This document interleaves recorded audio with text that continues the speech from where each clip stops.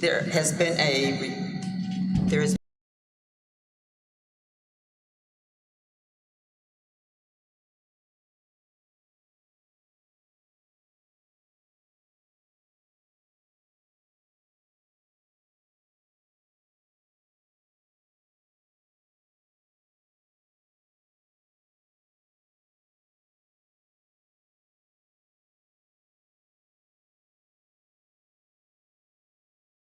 roll, please. yes, ma'am. May I have a motion? Let me see your Okay, here we go. Moved by Mr. Warren. This one? No, your hand scratch sheet. Oh, my hand your scratch agenda, sheet? Yep. So Sherry, point of order for the new folks here. Do I make a motion even in the positive if Yep. Okay. You, just because you make the motion does not mean you have to vote in favor of it. Okay, thank you. So out of our hearing in executive session, which we exited at 7:45. 7:45, I move that we provide tuition reimbursement for a family seeking tuition reimbursement outside of the Hartford School District. Say that again. You said provide. Right, we're going to vote Okay. against. Right, yeah. Right. So I move that we provide tuition reimbursement to a family seeking payment for a school outside of the Hartford School District. I second the motion. Or is it so moved? No, you seconded Yeah, I it. second. Then All right, there's been a request to pay tuition to a school outside the district. All of those in favor of paying that tuition, say aye. All of those against, say aye. aye. I abstain. Aye. Okay, so we have 1, 2, 3, 4 ayes. We have 1 Abstain. abstention. Abstention.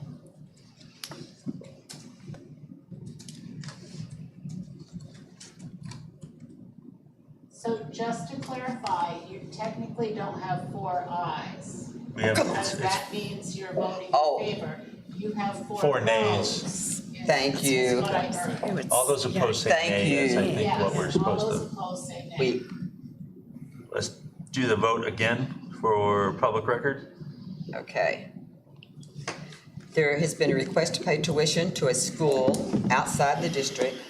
All of those in favor of paying that tuition, Say aye. say aye. Okay, there's been a request to pay tuition to a school outside the district. All of those against paying, Say nay. Say nay. say nay. Nay. That doesn't make sense to me. I abstain. Okay, a nay. 4 nays, 1 abstention, Right, and the motion failed. and the motion failed. Thank you Thank you. very much. I want to have you teach a class. Thank you, Sherry, I appreciate that. That was a very, I realized we were gone in there a long time, and it was a very hard, long decision.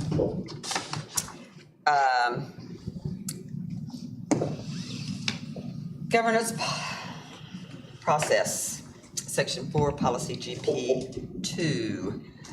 Ms. Superintendent. Yes, we have a student here tonight. Thank you for your patience. And so we have a presentation by Nolan Morlock. And Nolan's going to be talking about a project that he's been working on to renovate the Dothan Brook baseball field. So I will hand it off to you, Nolan, and thank you again for being here and for your patience. Should be okay like that. Can you guys hear me like this? Is that perfect? Thank you guys for having me here tonight. I really appreciate you and all the work you've done, Ms. Sutton. I've emailed you for a couple weeks for this. So I want to talk about the Dothan Brook project, something that we were enrolled in. My partner and I, Colby Luca, who unfortunately couldn't make it tonight, but we've been working through a class called Student Created Independent Projects over at the high school, where we get to pursue a project of our choice, something we're passionate about. So Colby and I chose to try to renovate the Dothan Brook baseball field. We both play baseball over there for the middle school. We work with Mark Buckland, who's actually our teacher in this class. He was our coach over there. So it's something near and dear to our heart, and I think the field needs a lot of work. It's something that we can improve. So perfect, next slide. So DBS at a glance, we just have some pictures that we took. One of our buddies does drone shots, so we had him take a picture of the field from up above so you get a better angle. So as you can see, the infield material is in dire need of repair. It's this sort of gravel material. There's some jock sand on there, but it's really awful. I probably shouldn't have been sliding in middle school practice, but I have some scars on my arm from it still. So really, it's not playable. It needs updating. It's outdated. The infield material of the grass is called a crabgrass. It's very, very harsh, very solid. And the infield in the back needs to be brought in so the infield itself is less large and expansive. So it's the only actively used baseball field owned by the school district too. I know there used to be, in talking to Mrs. Vela, we used to use the field over here outside the high school, but obviously we don't anymore after the high school switched to Maxfield. And it's used by the HMMS middle school teams, both the A and B, and then the JV program and the varsity program when they can't have access to Maxfield. So it's very important to many of our teams throughout the district. Perfect for that one. So a little bit of our project timeline. I actually enrolled in this class first in the first semester in the fall. So in September, we finalized our project idea with Mr. Buckland, something we've been working on. We proposed it to him, he accepted it, and he helped us try to move forward. So in the beginning of October, we contacted Todd Holmes, Valley Turf Services LLC. He has a lot of projects for the high school. I'm sure many of you know him. So he gave us our original estimate, which I'll reach later, and he agreed to try to help us through the project, either cut the costs or do the labor itself. So at the end of October, in the month of October, we reached out to the Byrne Foundation and wrote a grant letter to them, which was accepted, and they gave us a generous offer, which I'll get to later in the slideshow. And then January, we re-enrolled in the SKIP project. Our original estimate or original deadline was the fall to try to get the money raised into December at the end of the first semester, but obviously we didn't reach that by then. So we tried to re-enroll and hopefully have it done over the summer, which we won't be able to do, but we're trying to extend the project past our original estimate and deadline. So February to now, we're experiencing a lot of issues with funding. We're looking to the community for support, which I'll talk about in the next slide.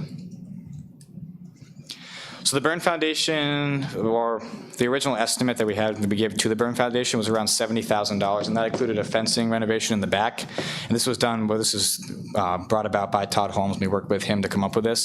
So after talking to him more, having more phone calls, email conversations, we were able to cut that by not buying the new fencing material and different things like that. So we were able to cut it down to around $51,500, which includes only buying new material for the grass, for the infield, and then getting more seating. And then labor production costs, which we hope to cut down if we have volunteer work. That should be good for that one. So the Byrne grant, we wrote a grant in October originally. So they agreed that if we raised $21,500, $20,000 approximately from the community, then they would give us the additional $30,000. So our original deadline was in April. We didn't reach that, so they extended it. We wrote them a second letter. They extended it to December 31st of this year, which we greatly appreciated and we're trying to work towards every day. But we have to raise that funding from the community, and that's been very difficult for us. A lot of businesses aren't willing to provide right now, which I'll explain more on the next slide here. So we've contacted a very expansive amount of Upper Valley businesses. State Line Sports was our first. These are just some examples of businesses that have said no, which you'll find is a very common theme throughout. So we visited the store in person at State Line, no response, no decision was given. Mascoma Bank, we went down during the day, and we were told that we were going to be put in contact with a high representative in the program and in the business, and that we never were followed up with. Big Fatty's Barbecue, emailed them, called them multiple times, not given any response. Whitney Pension is our only Upper Valley business donor right now, which is $1,000, which obviously is not going to eat into that 51 very well. So that's what we're looking toward right now. They're the only people, which we greatly appreciate them doing that for us. And Skinny Pancake was another example of another prominent Upper Valley business, and we had no response. And so the setbacks, so we had a GoFundMe that we were sending out in the morning announcements, which goes to parents, students, everybody there. And we were put it up. We made a bunch of flyers, posters, stuff like that, which we put up in the community. So the GoFundMe, we had almost $2,000 in, which again isn't a lot of that total. But then unfortunately, with a timing issue, and the GoFundMe reset and refunded all the money to the people that donated, which is unfortunate. We lost $2,000 of that, which is an error on our behalf. But that's something that we were going to hope to have reinstall throughout the spring. And the school budget, obviously, with renovations to the high school, that could prove to be an issue, but I hope something that we could work with you guys on. Anything that you could provide would be greatly appreciated. So on our next slide is not a whole ton on it. So this is what we are hoping to see a part of, a chunk of from you guys, from the school board itself. This $10,000. So we're working with Mark Buckland, put us in contact with a fundraising woman who represents her business, and she said that if we could get $10,000 goal from the school board, from the community, from the booster club, you guys mostly combine the school board and the booster club, and she would help us with the additional $11,000. But she said that she wants to see the community, like the Byrne Foundation, help us out with that. And we've contacted a lot of Upper Valley businesses, and it's been the same from all of them multiple times. So this is sort of where we've turned at the end. And that's my last slide of any reel. a weight to it, has any weight to it. But thank you guys for having me today. But I wanted to see any thoughts, any questions you had about it. Do my best to answer them. One quick suggestion, you might, if you'll, I can send you the contact information for the White River Rotary, and they do a lot of this kind of help funding, okay? So if you'll leave me your contact information, I'll get it to you. Please, thank you. That'd be All right. really appreciated. There are other companies that offer grants too, like Dick's Sporting Goods has annual grants that they offer for sports fields and equipment and everything, so that's another thing to look into as well. Absolutely. But this is an awesome project. Thank you. Thank you for hearing it. I all appreciate your it. work. I know it's a lot of work. I can vouch for the gravel too. Yeah, I played baseball in middle school there too, so yeah. Absolutely. Yeah. Thank you, guys. Appreciate Thank it. you. Thank you.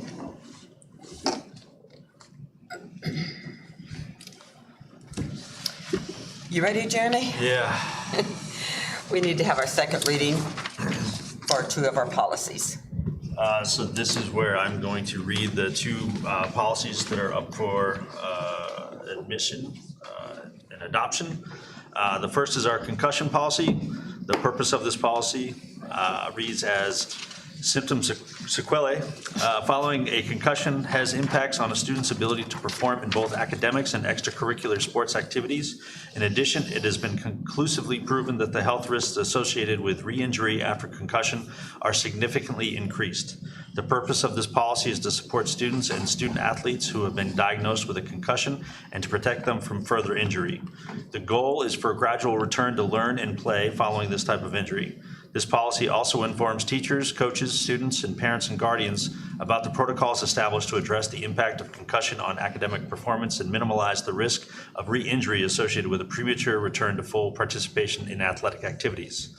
The policy scope reads as this policy applies to all students in the Hartford School District. Definitions in this policy are baseline data means that the information initially collected which serves as a basis for comparison with data subsequently acquired. Concussion means an injury that results in disturbance to brain function that is caused by a blow to or motion of the head or body that results in the brain moving rapidly inside the skull. Concussion management means that the protocol established to 1, remove a player suspected of having a concussion from further participation in school athletics, 2, monitor a concussed student, 3, track recovery, and 4, allow for a graduated return to learn/play once the individual is declared symptom-free. Concussion reduction techniques means techniques or skills intended to reduce the incidence of concussion. Graduated return to play plan means a gradual step-based program to return athletes to play after a concussion. Hartford has adopted gradual return to play following a concussive injury guidelines developed by the University of Vermont Medical Center, formerly known as Fletcher Allen Healthcare. Return to learn plan means a gradual step-based program to return students to full academic performance. Healthcare provider means a medical doctor licensed under 26 VSA Chapter 23, an osteopathic physician licensed under 26 VSA Chapter 33, an advanced practice registered nurse licensed under 26 VSA Chapter 28, a physician's assistant licensed under 26 VSA Chapter 31, or a certified athletic trainer. For purposes of this policy, an immediate family member may never act as a healthcare provider for a family member of their own family, Post-concussion impact test is administered by the HHS Athletic Department and compared with baseline data to determine if the concussed athlete has returned to his or her normal pre-injury range of behaviors.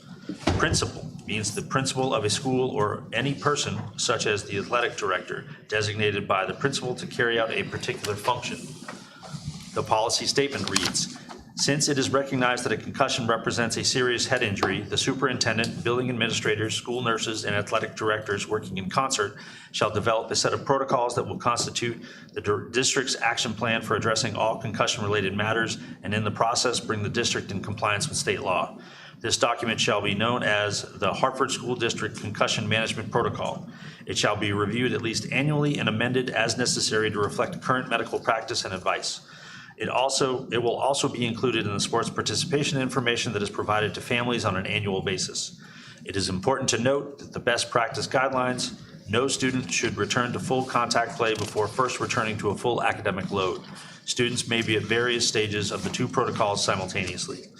The following information shall be contained in this protocol as related to concussion management.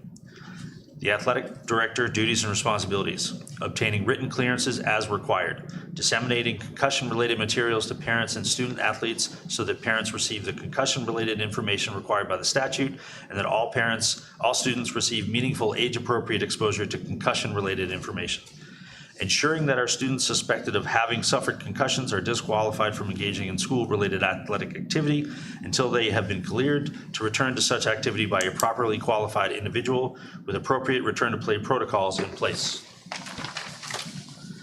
Notifying the student athlete's nurse, teachers, coaches, and counselor when a student athlete is suspected of having suffered a concussion.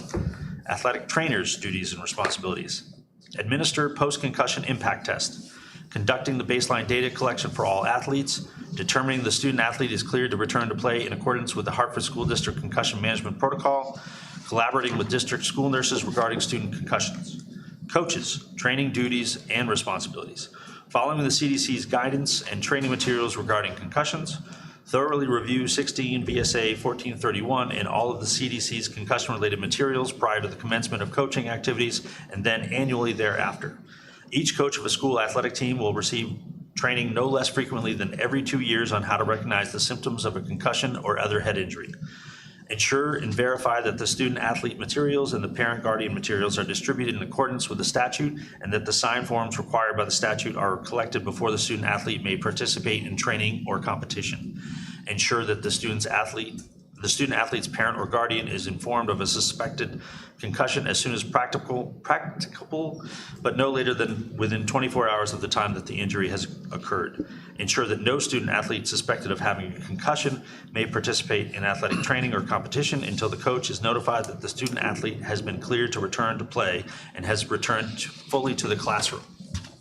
School nurses' duties and responsibilities: forward a copy of Return to Learn/Play to teachers, athletic director, athletic trainer, and physical education teacher if provided by outside medical provider.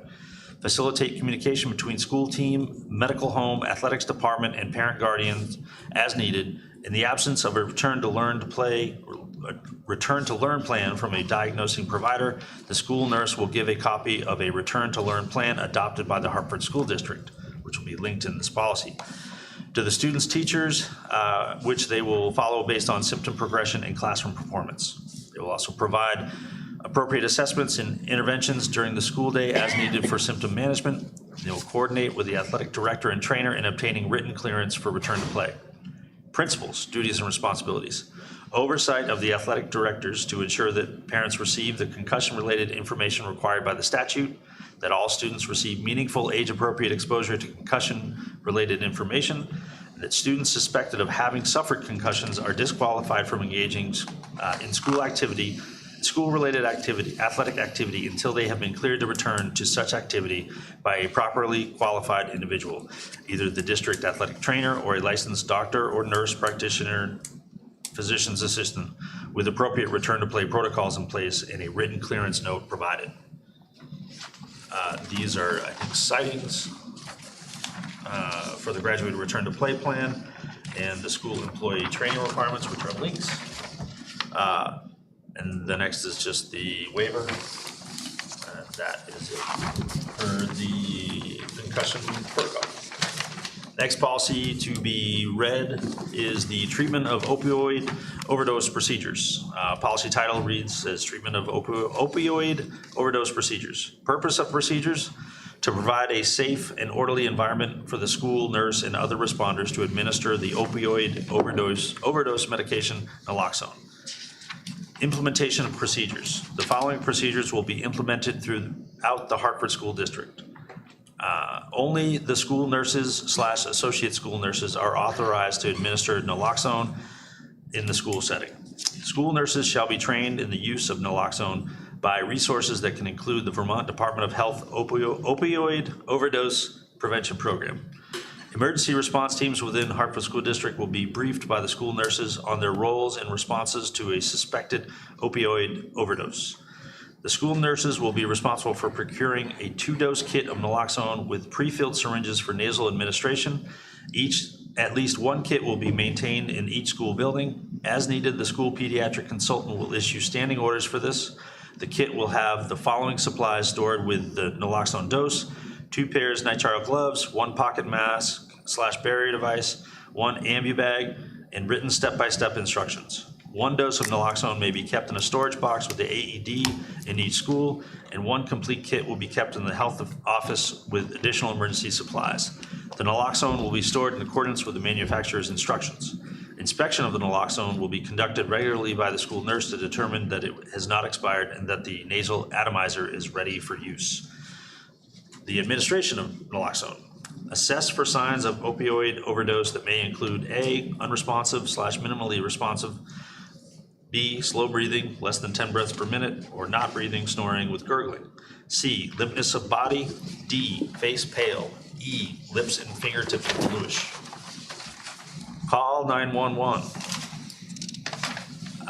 Naloxone wears off in 30 to 90 minutes, which necessitates definitive medical care at a medical facility, so it is imperative that EMS be called. 3, alert the school emergency response team. 4, administer rescue breathing. 5, prepare and administer naloxone. 6, continue rescue breathing and be prepared to administer CPR if needed. 7, give another dose of naloxone in 3 minutes if no response or if minimal breathing or response.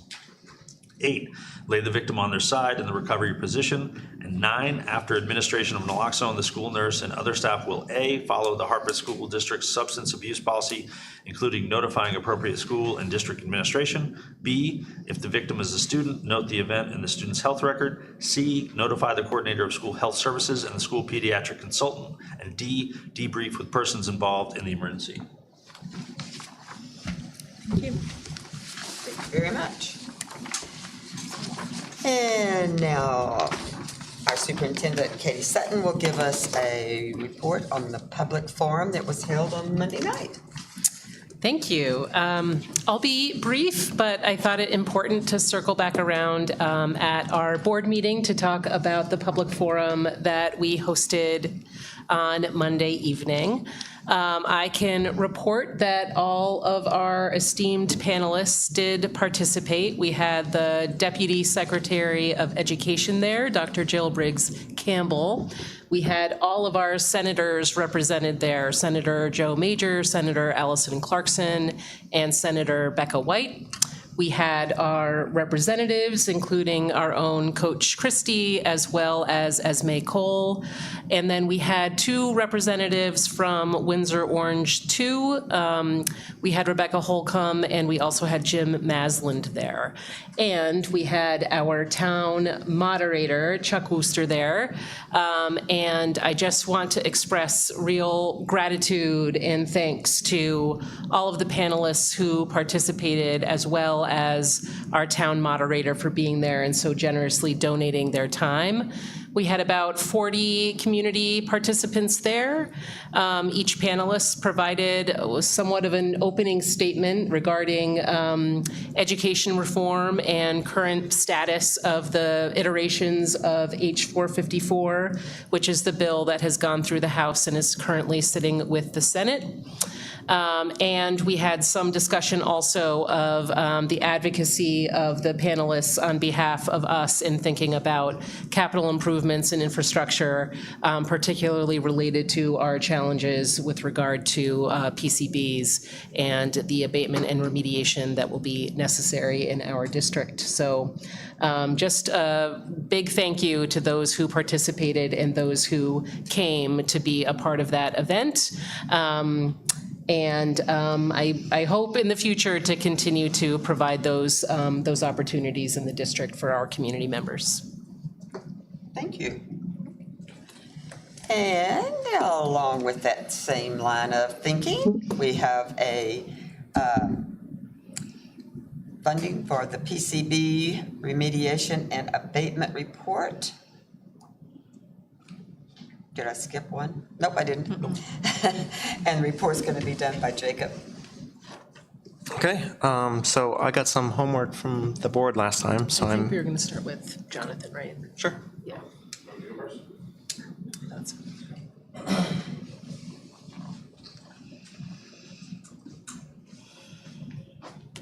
Hi, I'm Jonathan Garthwaite, Facilities Director. Last time we were here, we talked about this a little bit. And I believe the way it was left with me was to proceed with planning and start to figure out next steps. There was a lot of conversation about funding for the soft costs associated with planning. Over the time between then and now, talking with Jacob and others about how to execute that. What I propose is we have gone ahead with architectural work to come up with the plans that we need to put out RFPs for the remainder of the material sampling, bulk material sampling, and the first stages of abatement to just begin to get pricing. That work was done out of operating costs with a local architect who's doing it very reasonably, basically to help us out.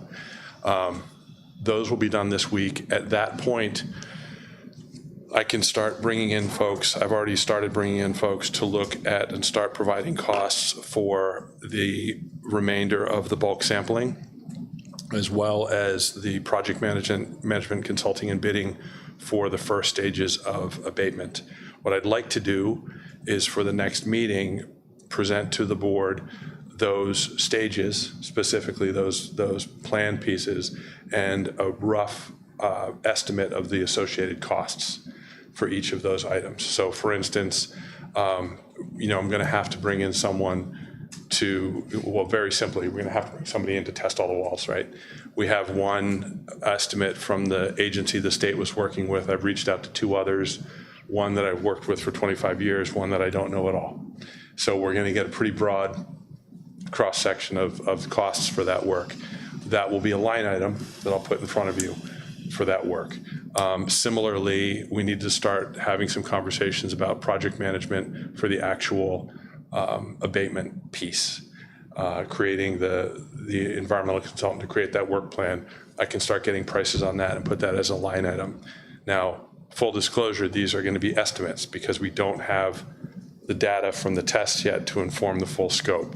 But after the conversation here at the last meeting, it seemed like a good step forward be, rather than say, what money can we use, to actually put a plan in place with some associated numbers so that the ask to the board was more specific. Does that make sense? Rather than just saying, I need a bunch of money for soft costs, saying these are the specific line items and these are estimates, not hard numbers. But these are the dollars we need to work with to get us to the next step. So once I figured out, once I started coming up with a plan of how to tell you what we're gonna need for dollars, it became Jacob's chore to figure out where those dollars come from. Okay. So to get right into my homework, I had reached out to our bond counsel, Eli, and he said, you're allowed to spend the funds on any improvement that has a direct and functional connection to the approved capital project. The language in the article is general repairs and upgrades, so very generic. I believe you have flexibility to use the funds to address the PCB-related expenses. And then as far as reaching out to Mascoma to see what a short-term loan would look like, and this was on last Wednesday, at 5.75% for $500,000, we would be looking at interest in the amount of $28,750. So those were the two pieces of information that I have for the board this evening.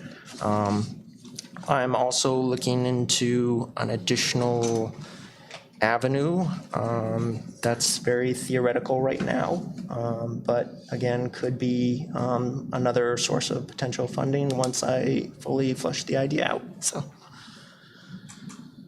Okay, thank you. Does the board have any questions on that? No questions, but I have a comment. So for me, I know that I'm going to call out names here for the very few people that attend these meetings, but one, Colin and Tim both felt strongly that we should not be using the money from the bond to cover the costs of this testing and soft costs that we have. We know that it needs to happen. So my take on this is if we take out a loan, we're increasing the financial burden on our town. We have the money from the bond.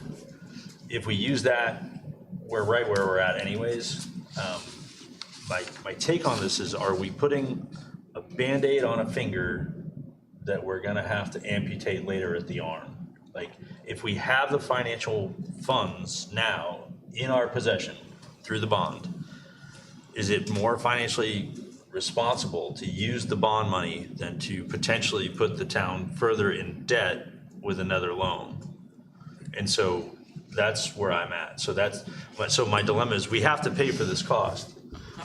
Do we do it out of the bond, or do we take out a loan that we would vote for? Because it has to get done. I don't know how the vote would end up, but I can guess. And we don't have feedback from the town. We have our regulars here. But that's my dilemma. And so if that's what I have to vote on, and people aren't here telling me, other than the two who I very much respect their opinions, but I don't want to take more money out just to, if we already have it. So that's my take on that. Yeah. Not directly in support or opposition, but just a clarification. Right now, I don't need any dollars in the next 2 weeks to proceed. I don't. We're good. Jacob found the money to do the architectural work. There's a ton of work to do, and you're already paying me. So your point is well made and well taken, but I think for me at least, as a nod to the objections and to support whatever decision you arrive at, the idea of giving you a scope of work, albeit preliminary, and an associated budget, albeit preliminary, feels like if I'm going to ask you to make that hard decision, at least you're making it with some Data. Yeah. Does that make sense? It does. I mean, you're not off the hook. Oh, no. Right. Just for a little bit. And that's where I think my dilemma, and what I'm, especially since the community forum on Monday, because did anybody else hear Rebecca Holcomb say that there is money in construction money in H454 that we would be allocated, but if you go over that, districts would be penalized. And my concern is any money that we would have from the state is not going to come anywhere near what we need. And we could even be potentially penalized if we use more. And we're putting a lot of faith in Plan A at this point. And Plan A is a settlement with Monsanto. We don't have a Plan B. And I think once we get this ball rolling, we now have something that is going to escalate very quickly. And we as a board do not have a Plan B. And I feel like if we have a responsibility to fix the school, and we do for our students to have a healthy, safe school to attend, we also have a responsibility to say, this is Plan A, money from the state, Monsanto and the state got us in this situation. They are not going to bail us out. And Plan B is we're going to be coming to the town for a bond for a new school. And no one has said that yet. No one has said that. And once, I don't think anyone here really in good faith believes that we will ever see a dime from Monsanto. And, we have seen in recent months that the delay, defend, deny is a very effective and lucrative corporate strategy. That is what they are going to do. We also know they plan to vigorously defend this case. Even if we reach a settlement, it may be years before we see any money. We're putting a lot of stock into Plan A. We also have a responsibility to say to our community, that is Plan A, but here's Plan B. And at this point, we do not have a Plan B. We do not have a Plan B to present to anyone, is my concern with even moving forward in this next step. And that's not to say that I know, Jonathan, you have done your due diligence. I guess I'm more saying maybe we haven't done our due diligence to put forth what that Plan B is.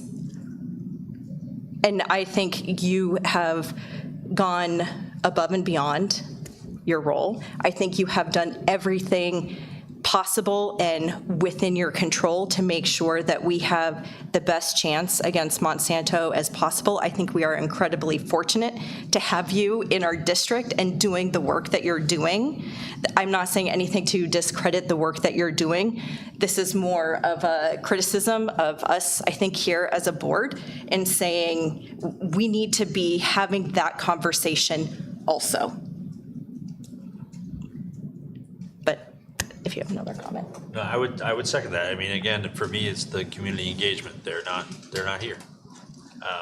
They're on But Facebook. that's okay. Yeah. We still need to tell them something. Correct. Right? And I we hope- still have a responsibility to say, you know, we're going with Plan A. This is in an ideal situation. This is how we want it to go. Yeah. And there's a very real likelihood that's not going to happen. And even if it does, it's not going to happen in the time frame that we need. I also heard our two senators seem rather kind of dismissive towards whether or not they even feel the PCB issue is even real. They were saying the data is all over, you know, so that makes me feel like, oh, are they going to be fighting for us at the state level? I don't know. This is where I feel like they stepped into politician land and not the science land. And that's their job as politicians. I think the CDC outlines what the risks of PCBs are pretty clearly until the current administration takes it offline. But the risk is there. We've got rooms in this building that we cannot go in or utilize. And that's the reality of it. So Plan A is a hope and a dream that we get paid by Monsanto. If we don't get paid by Monsanto, we're in the same position where we need to still move forward with abatement and We rebuild. need to say that. Yeah, I just did. Yes. I don't mean to cut you off, just a couple things quick, sorry. Yeah. Thank you for your vote of confidence. Now I need to live up to it. I want to just not back up, but maybe step aside for a minute and clarify a couple things. Like, this is a bad situation, there's no doubt. Right.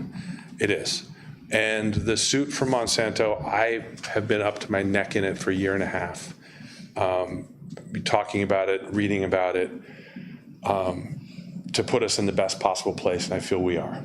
And I'll just leave it there, because there's nothing else any of us can do until the next step in that litigious process. What I can speak to, though, is where we are today in relation to Act 74, and where we are today in relation to the actual contaminants and what we must do for next steps. So as far as Act 74 goes, Act 74 is entirely based on air quality. That's it. The state is concerned about air quality. The state agencies involved are concerned about air quality. We had a handful of spaces. We had 3 spaces, really educational spaces, that reached that immediate action level where we had a hazard, and we dealt with it immediately. So that's not a permanent solution, but as far as Act 74 and compliance with Act 74 goes, we checked that box immediately. Those programs pivoted remarkably well, like astonishingly well. And those kids, like, they didn't miss a beat. They kept learning, they kept doing. It's really, you know, I had nothing to do with that. That's Erica's people who need to hear that. But we have these other areas that have the school action level, right? The B wing, the cafeteria, the auditorium, and then we have these other areas that have yet to be sampled. The B wing, we are also compliant with Act 74 because we are doing our quarterly air samples, and they are maintaining at that level that is identified as, yes, you have a problem and you have to deal with it, and you have to monitor it until you solve it, right? So it's not a forever holding pattern, but it's not a hazard at the moment. And I'd say that with some investment in that being true. And then we have the rest of the building that we have yet to sample, that we don't know yet. Now, if we sample these walls and it turns out that they have no contamination, no one will be more relieved than me. It's like the White River relief times 100. But if we find out that we do have a contamination in the walls, we're still in compliance with Act 74 because we didn't have school action level readings in here.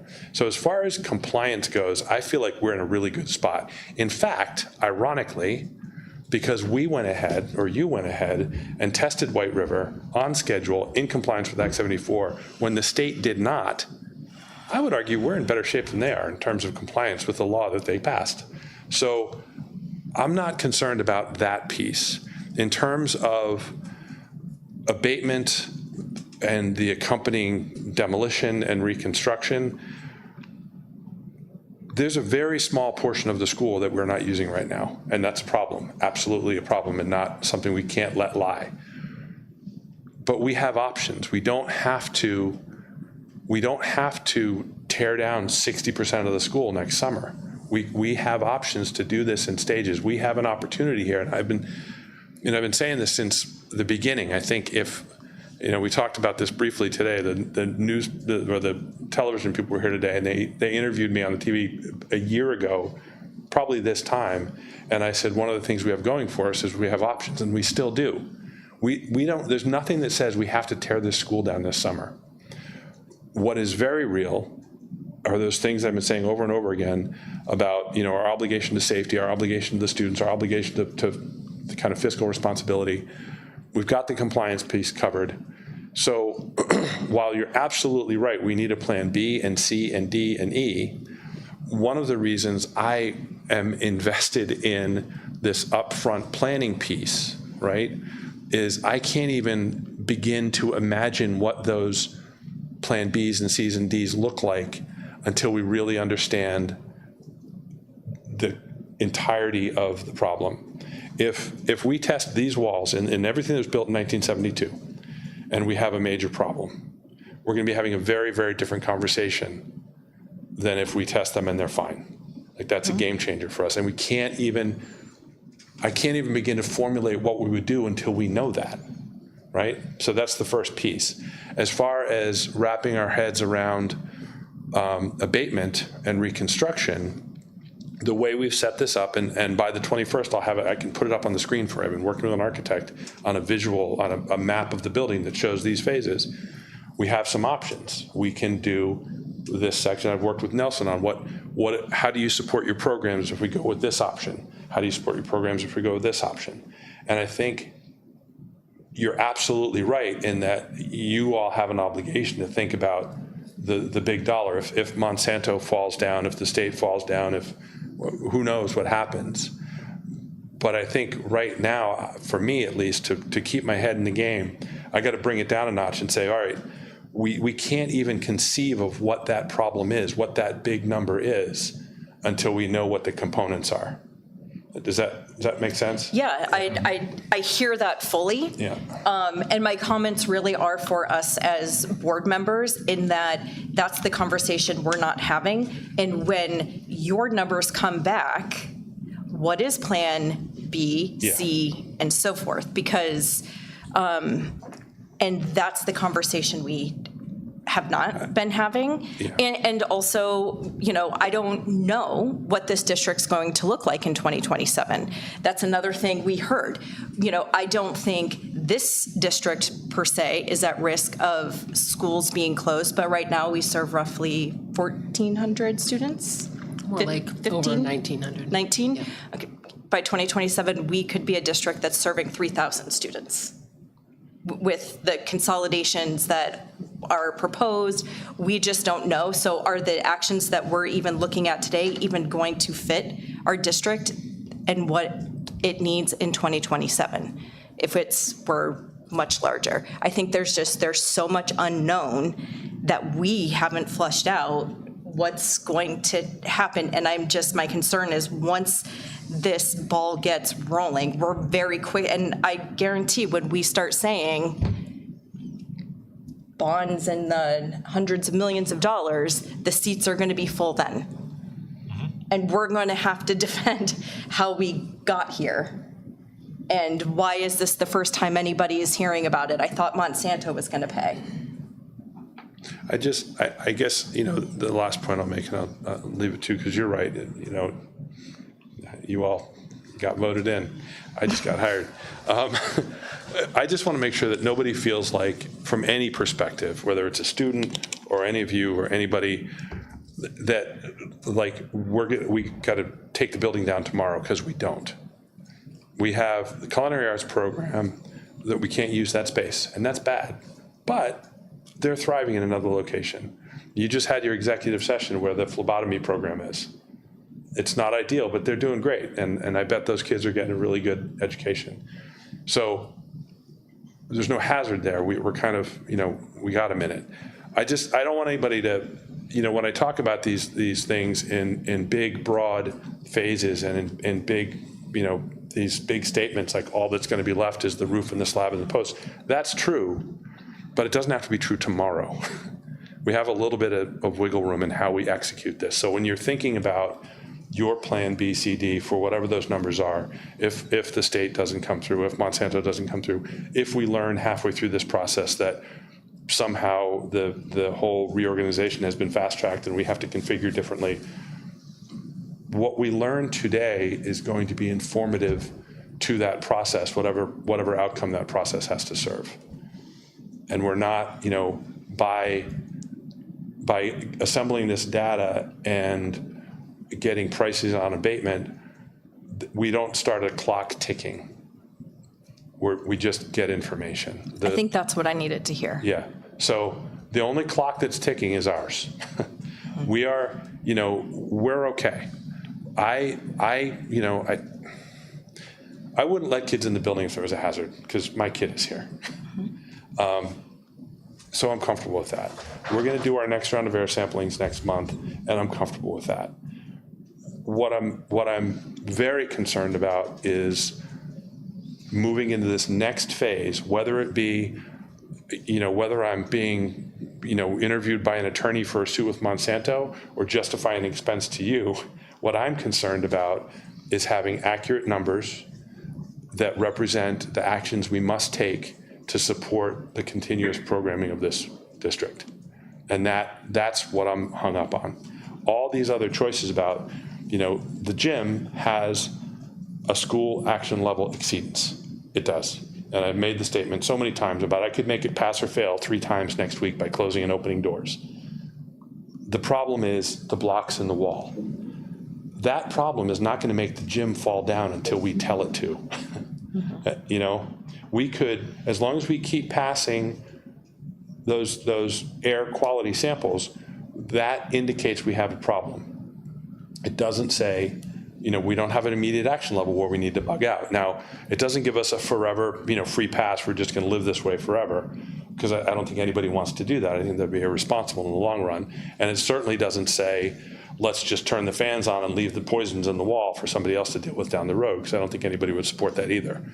But it does say, we don't have to tear down 60% of the building next summer. We just have to make really smart choices. Well, we have to get the information required to make really smart choices about how we proceed. And I guess, the 2 takeaways from that is, one, just for if there's anybody listening, other than the couple people that are here, the sky's not falling. The roof is not going to cave in. Yes, it's a 60-year-old building, and there are probably very few people who have spent as much time walking around and crawling around this building as I am, and it's not going to fall down. And we have the time to do this methodically and intentionally with those primary goals in mind. So you're absolutely right. We need a plan B and C and D, but right now we don't need the whole plan. We just need to be kind of methodically moving in that direction. I think that, again, I've been so close to the Monsanto thing. I think I have a different perspective on it. But the numbers don't change regardless of how it gets paid for. And we need to know what those numbers are to do anything. right? So for my part right now, like, I would like to just kind of proceed based on, accumulating data, being transparent about that data as we have from the beginning, and kind of running these steps by you. The next opportunity is on the 21st, where you can actually look at a drawing of the building and say, okay, there's that one little section in yellow where we have the immediate action level. Here's the rest of the building. And I think people will be able to wrap their heads around it a little bit better. And then say, okay, this next step is going to cost X, let's take that bite. And then when we have that information, each step of the way, because I don't know what the full number is now. Nobody does. So it's kind of hard to even imagine how I wouldn't, if you said to me tonight, we're going to go to the town and ask for a bond, what should the number be? I don't know. It's not a problem I can help you solve at the moment. Does that make sense? Very much so. Madam Chair. Kevin? Madam Chair. Yes. Yes, Kevin? I think, as folks have said, one of the best decisions we've made in our hires is to hire Jonathan. And so that's kudos.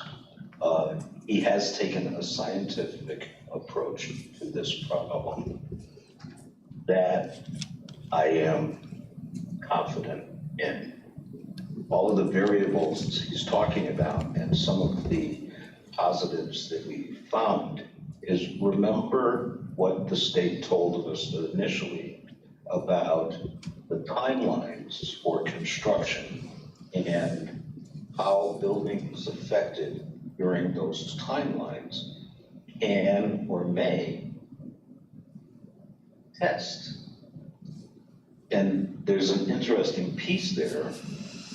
Some of the buildings that have had major reconstruction, where it's actually been down to the blocks, that's mediation. That's gone. I mean, if you're going down to the frame, which is what we've been shared with by Jonathan, that's how you mediate it. So those things are part of what we need to understand.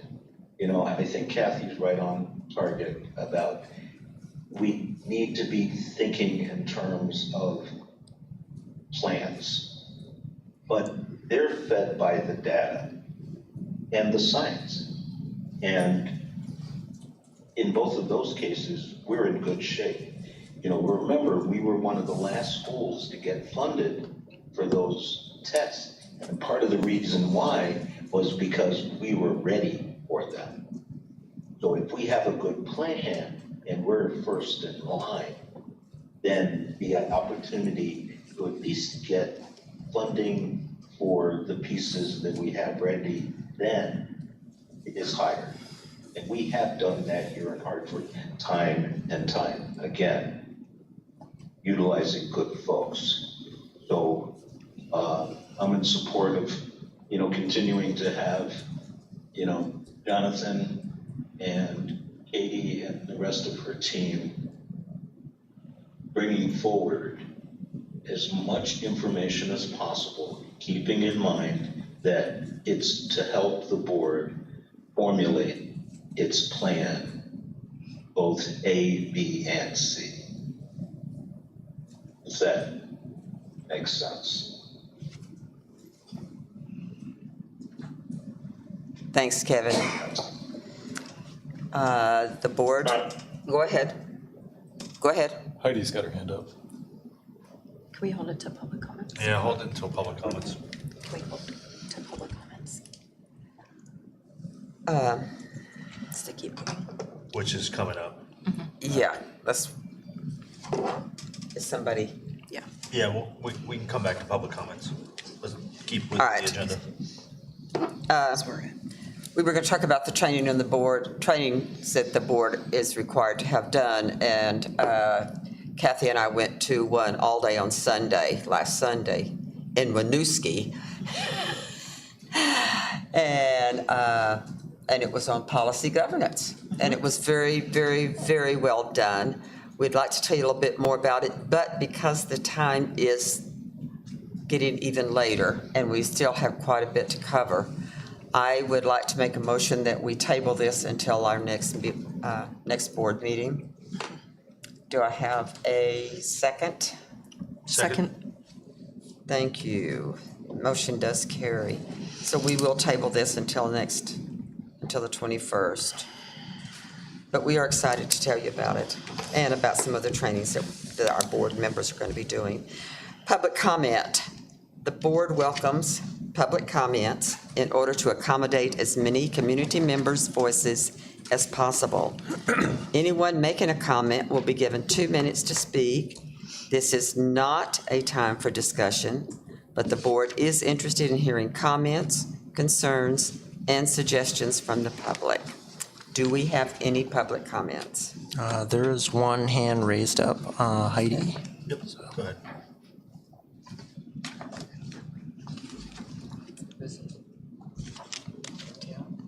Go ahead, Heidi. And Heidi Butewood. Can you hear me? Yes, Heidi. Yep. Okay, thank you for allowing me to speak. I'd like to say thank you, Kathy, for speaking up and clarifying what I also heard on Monday night at the forum. I really wish we had had more discussion on the PCBs. I believe that more needs to be done before we jump to conclusions on how we handle the PCBs. Has anyone taken into consideration what Rebecca how do you say her name? Holcomb.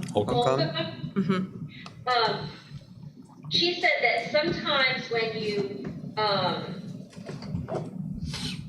move forward, you also don't always get a good outcome. Sometimes it comes back worse than before, or at least that's how I heard her say that. Did anyone else also hear that? In regards to, If you remediate, sometimes it gets worse rather than better. If you go to removing and like with the PCBs, if you actually try to remediate it, instead of making it better, it gets actually worse. Has anyone even looked into, because I've done a little research, I mean, I'm not an expert by any means, I'm just trying to do my own work. Has anyone even looked into whether it's the actual soil, not the actual building blocks, or the material covering the cinder blocks? It's the caulking material Could in be the problem. the sealants and the paints that the building was made with, and the additions that were there. And that has leached into the concrete block. And also the Vermont Department of Health came, I want to say 7 months ago, maybe, or right when we first started talking about PCBs, at least when I was on the board. And they talked about all the sources of PCBs and kind of all the bad stuff that can happen. And I don't know if it might be a good idea to invite them back at some point, or maybe some experts from the state to talk about PCBs. But I don't know, Jonathan might have some comments for you too, Heidi. It just seems really strange that it's sections of our school, it was sections of Burlington School, and then there's sections that don't have anything. But yet the materials were used throughout both schools in Burlington and our school, but the whole schools were not affected. That's why I'm asking, could it be in the soil? Parts of this school was built at different stages, and additions were added throughout the years. So that I'm going to call Jonathan up here, but I believe it's as it degrades, it gets worse. Hi, Heidi. Thanks for your questions. So as far as the source contaminant, the process was they came in, did the air samples, and then they did material samples. And when they did that, they identified the source materials as paints, caulkings, glazings, adhesives. The PCBs were used in anything that needed to remain flexible, right? So that was identified as the source. The reason we have it in some areas and not others is because different parts of the schools built at different times they use different materials. There's this building, the main building at 68, I think, all the way up through the tech in 72, and then some additions in the 80s. There's some different components there. The reason that you might have a school like ours, where you get an air reading that is bad in one area and not bad in another, is directly related to ventilation, not the existence of the contaminants. Does that make sense? And then the point that she made about you can take some remediation actions and end up with a bad result, what she was speaking about there is some other districts that tried to encapsulate this product. So basically put a material over it to contain it. And what has been learned, and this has all happened pretty quickly, the learning curve has been pretty steep for all of us.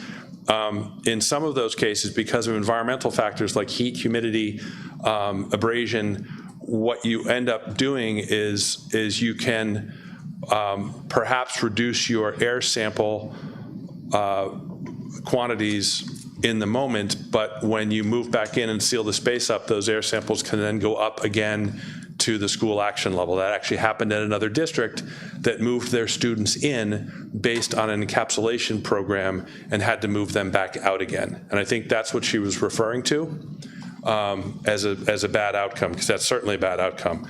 And that example and kind of the science behind it is what led us to do the bulk material sampling of the actual masonry components. And that's how we determined that the PCBs in those flexible building materials had leached in, soaked into the blocks. Does that answer your question? Kind of, yeah. Okay, all right. Okay. Anyone else? Go ahead, Colin.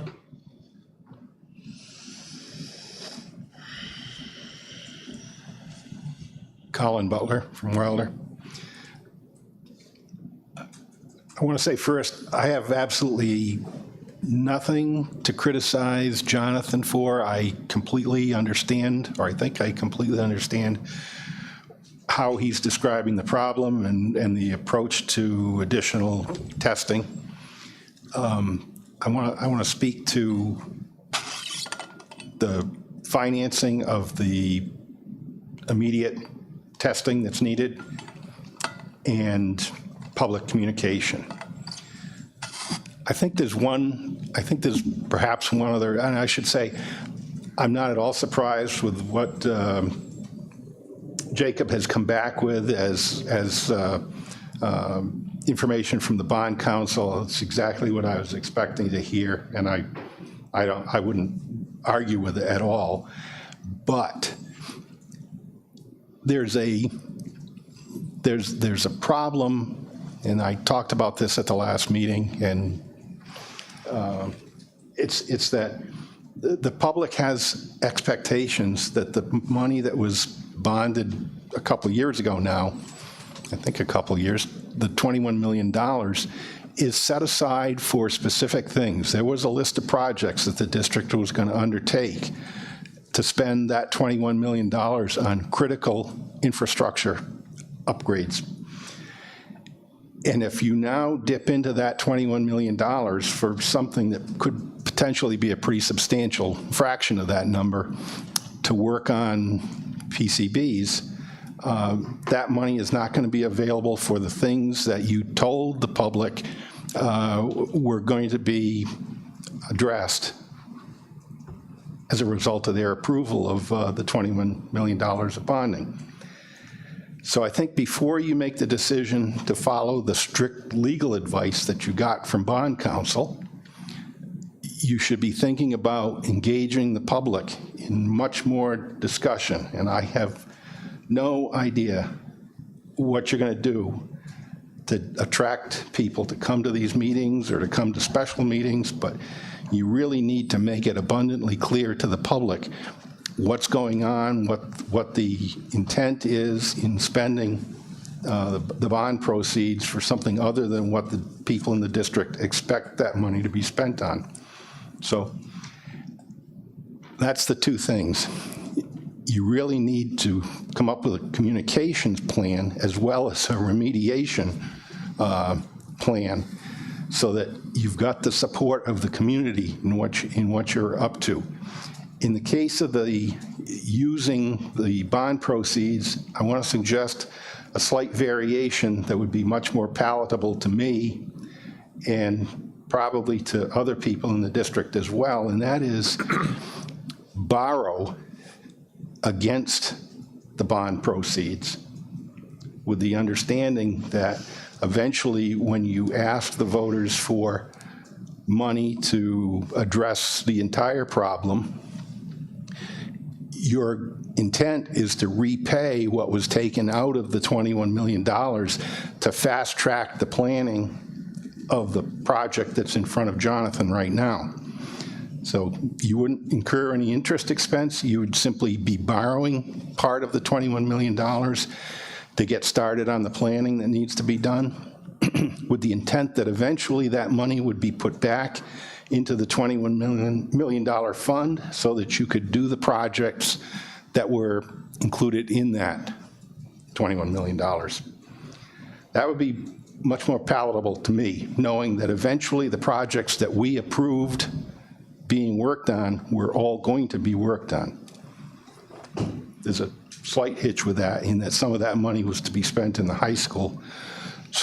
So perhaps that money will never be spent on what it was originally intended for because of the work that will have to be done in the high school. But that's something that can be handled later. So borrow the money against the $21 million proceeds. Don't just rechristen the $21 million or part of the $21 million to be used for PCB remediation. And come up with a communication plan that really reaches into the community and gets people aware of what the challenge is and what you're doing to resolve it. I don't know if any of you look at the town listserv or look at the Facebook groups that that not town-sponsored, but public groups on Facebook. You folks are coming in for a pretty substantial amount of criticism right now as a result of the mostly erroneous information that's floating around the community on what this PCB issue is all about. So it's going to be important that you nip all that in the bud before half the community believes that you're squandering millions and millions of dollars to do the remediation that's going to eventually be called for. So you've got to get the communications under control before you go much further. The community's not going to be behind you. Thanks. Thank you, Colin. Thanks, Colin. Thanks, Colin. I would certainly agree with that. I recently joined 2 of the unofficial Hartford town info sites on Facebook against my better judgment. And one of them mentioned that we were covering up the PCB crisis. And so I just happened to do a quick Google search on Hartford PCB and found ample articles in the Valley News that proves that we weren't necessarily just trying to cover it up and pull a fast one here.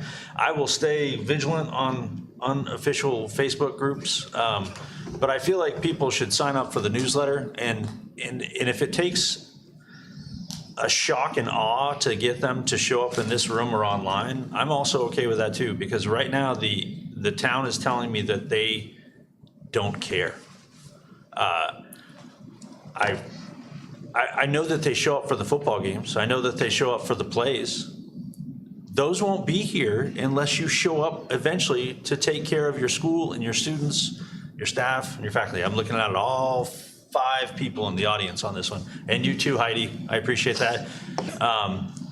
Maybe we need to go to the plays and the football games. Right, and just talk there. Right. Have the meeting there. I mean, I'm happy to give you a spot at the beginning. I'm happy to engage on the listserv in a one-way communication. I will say for the record, I am not going to engage with anyone on social media. It is not a good use of my time or mental energy, but I'm happy, especially as clerk, to put out information to our town listserv. and as somebody that is in the IT realm, I can assure you that many of the people that you are arguing with online are not real people, and they are not real residents. And they live in neighboring towns, and they just like to stir the pot. Or So- the bots used to drive I engagement. didn't want to say bots, but The robots are getting but smarter. guess what? so. AI is out there and it's playing us. So if you don't want to get played, show up. sign in to the Zoom, sit in this chair right in front of me. If not, have fun on Facebook and Instagram and all the other Signal. I hear Signal's good these days. So, Just a suggestion. Tomorrow night is the middle school play. Put a plug in for it. Everyone turn out. One of the things Nancy and I did here at our training on Sunday was, just how to meet the community more where they're at. And one thing that was suggested was a big, white piece of paper with Post-it notes. I'm happy to show up to the play. The kids are going to be there anyway. And if people have comments, questions, concerns, they can write it on a Post-it note, ask me questions, and we can compile that, and we can address it that way or in Katie's newsletter and make more of an effort to meet people where they are already showing up. I mean, I'll hand out flyers at the Aquatic Center. I'll hand out flyers at pickup and drop off for my kids at school. You can't ignore a piece of paper in your hands. So. And I think each elementary school is represented Yeah. here. Yeah. We can We got all also three, so. maybe attend PTA meetings. I will temporarily keep up the Facebook fight as well. That's on you. I've quit all social media, so. Yeah. I'm sorry, Nicole. No, it's you're your fine. Hi, turn. Nicole Velu. I was here to support Nolan and Colby. And I just wanted to make a couple of comments. So I'm here as the athletic director for the middle school. I have a lot of different hats, but in particular, this one I was really excited about. Nolan and Colby have been working so hard, and so a couple of things I wanted to share that they didn't share was, so the Dothenbrook field is actually a middle school / high school field. It's not sized for younger kids. Younger kids play baseball at Maxfield or Ratcliffe or, other fields like that. It's one of two 60-foot fields that we have access to, so the distance from the pitcher's mound to the Home plate. Home plate. home plate, thank you, just forgetting that word. Today it was clamshell, couldn't think of the word clamshell. It's okay. It's 9 o'clock. It's 9 o'clock, yeah. I was like, oh, so, but we have 3 middle school teams who play on it, and in the spring, when Maxfield is spongy, anytime it rains, Maxfield is spongy, we have 3 high school teams who play on that field as well.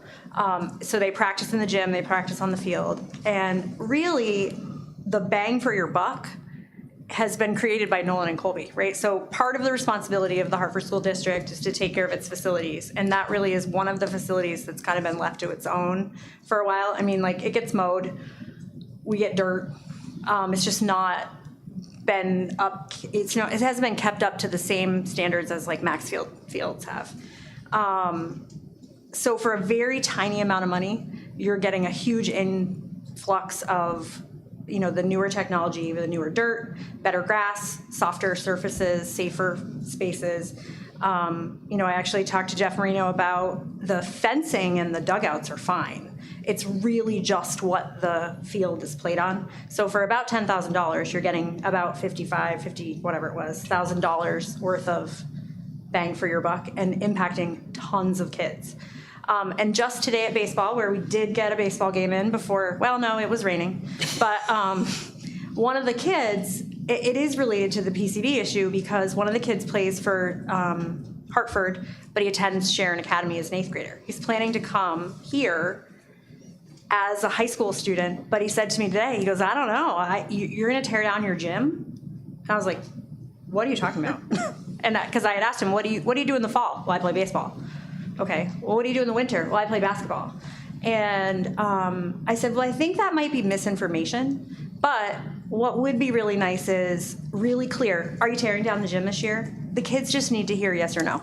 They don't need to know all of your plan, but they do need to know if they're gonna be able to play basketball next year. Mm-hmm. The kids need to know, if we're gonna close the theater, where are we going? Are we gonna have theater in Hartford?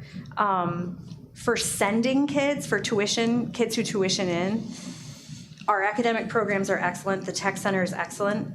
The athletics and the theater bring them hugely. And I think we just need a clear, here's a press release on what's gonna be closed next year, what we're offering you, or just a promise that if we don't know, we promise you that we're going to maintain your programs. So even though we're not in this gym, we'll have a gym. Or even though we're not in our theater, which might be a trap anyways, We're gonna put you in theater, right? Don't we not have sprinklers or something? I don't know what it is. I won't say that out loud. But, so we are gonna maintain your programs. It's kind of the, if you build it, they will come, right? But they have to have a place to come to. So that would be so A, please support Nolan and Colby, and B, just be clear with the kids. And I think the Valley News was partly at fault for that too, because the They big front often are. page. Huh? They often are, Yeah, well, it was just like Feed the kids. doomsday, right? So, yes. thank you. Thank you. Can I ask real Nicole. quick? Yeah. I was going to ask, so I was taking notes during Nolan's presentation. He talks really fast. He was talking really fast, and then he was gone, and After our executive I wanted to ask, so he listed off a few businesses that he had asked. Yeah. I wanted to know if he asked any of the car dealerships on Sykes Ave. I don't know. They did ask more than that, Okay, but I just don't know who they were. because I mean, I was thinking right after, it's like, I have a pretty good relationship with White River Toyota, for Yeah. example. I'll give them, I don't know if it's a good time to give them a shout out or not, but anyway.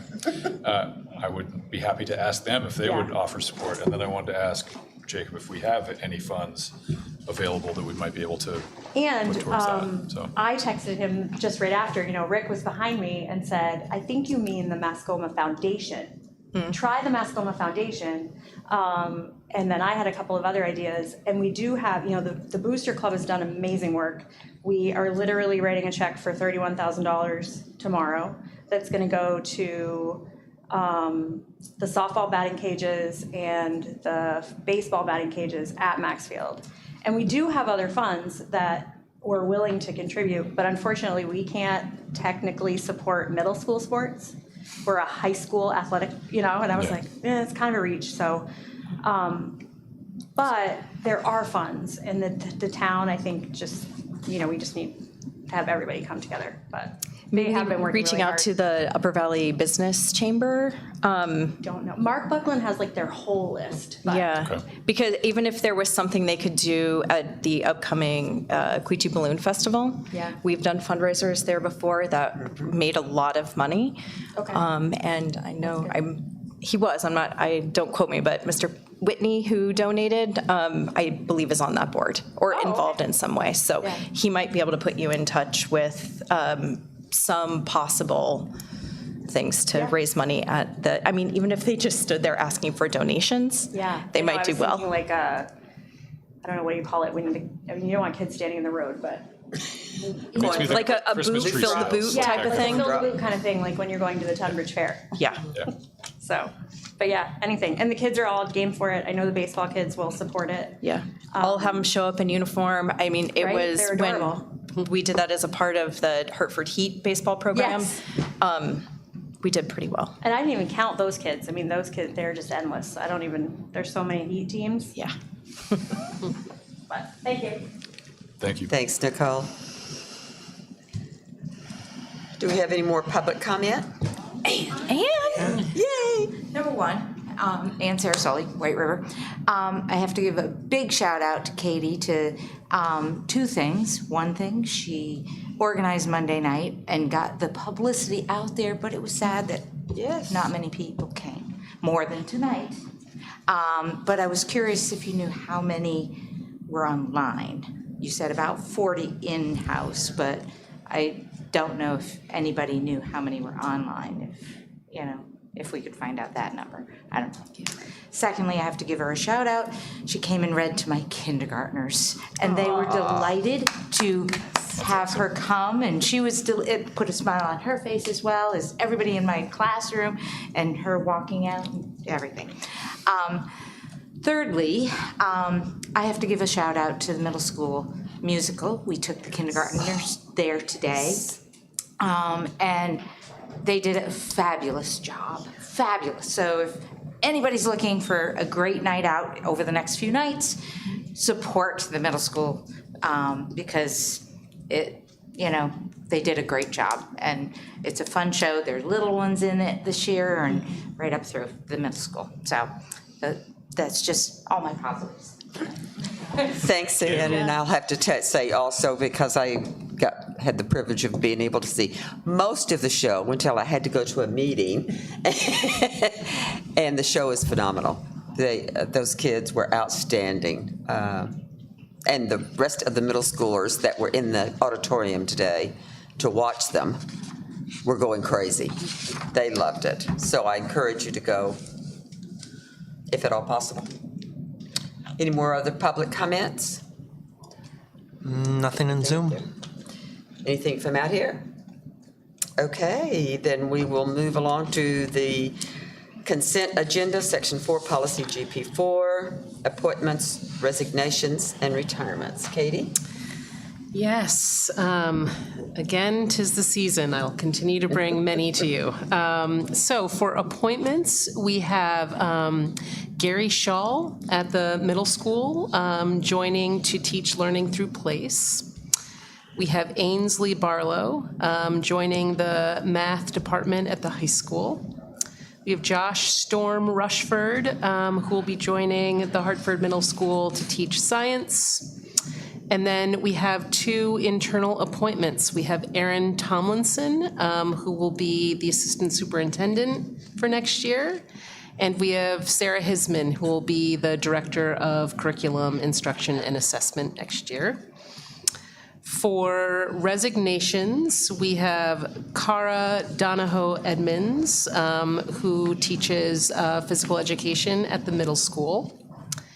We have Angela Terrell, who is a special educator at the Wilder School. And we have the resignation of Doug Heavysides, the principal at the Wilder School. Because Doug is a administrator, by law, we have to ask our superintendent to make a recommendation to accept his resignation because he has already signed his contract. And then the board will need to vote on that. So I'll ask Katie to go ahead and do that. Katie? Yes, I recommend that the board approve the resignation of Doug Heavysides as the principal of the Wilder School. Do I have a second? Second? All in favor? Aye. Aye. And the motion carries. And that doesn't mean that we're glad that he's leaving, because we're not. We're really going to miss him. But we do accept his resignation. Our next, and do we have any corrections or amendments to the meeting minutes for 4/23/25?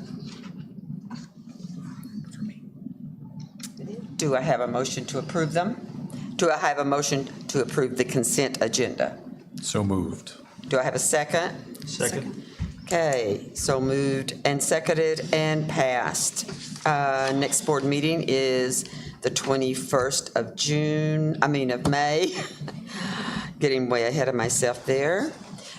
Meeting evaluation. Just one quick thing. Yes, please. Kathy and I will be at required training for school board. On the New 21st. school board members on the 21st. Right. Just wanted to throw that out there, that we will be in training. Yes, you will. VSBA. And we appreciate it.